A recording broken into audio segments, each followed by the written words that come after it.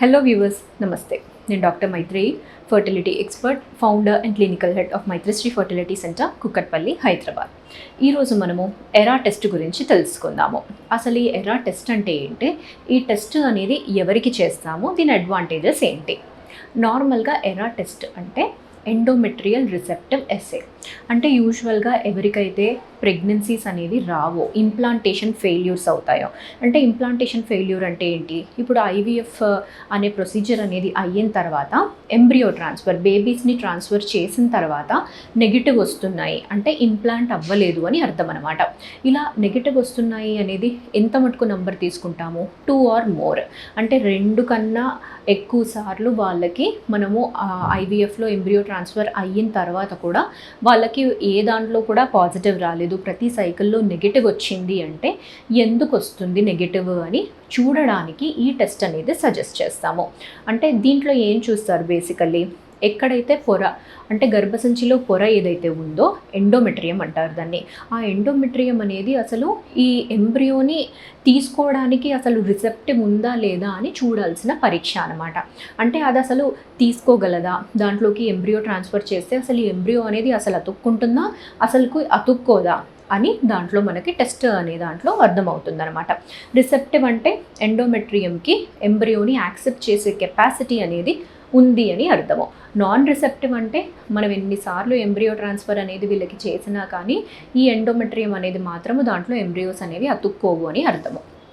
So ఆ టెస్ట్లో ఇంకా వేరే విషయాలు అనేవి ఏం తెలుస్తాయి, యూజువల్గా మనకి చేసే ట్రాన్స్ఫర్స్ అనేవి జనరల్గా 3వ రోజన్నా కానీ 5వ రోజన్నా కానీ ఎంబ్రియో ట్రాన్స్ఫర్స్ అనేవి చేస్తాము.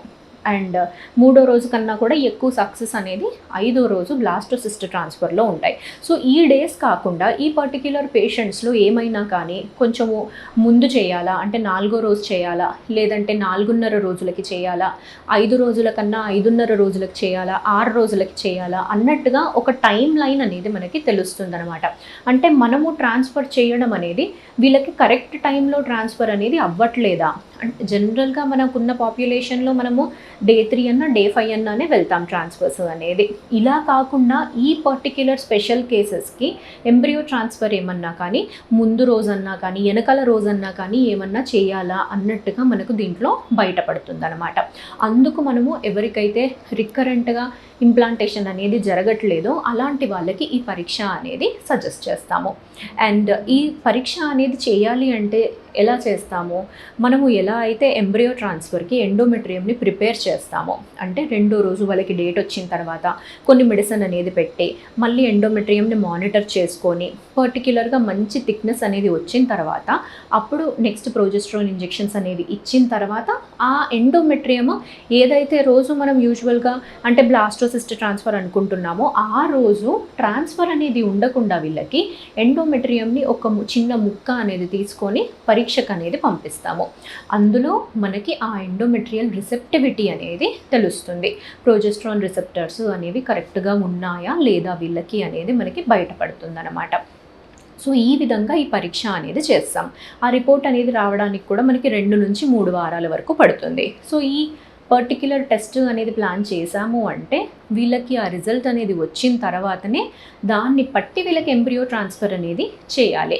సో ఇలా చేసిన తర్వాత సక్సెస్ అయిన కేసెస్ కూడా చాలా ఉంటాయండి.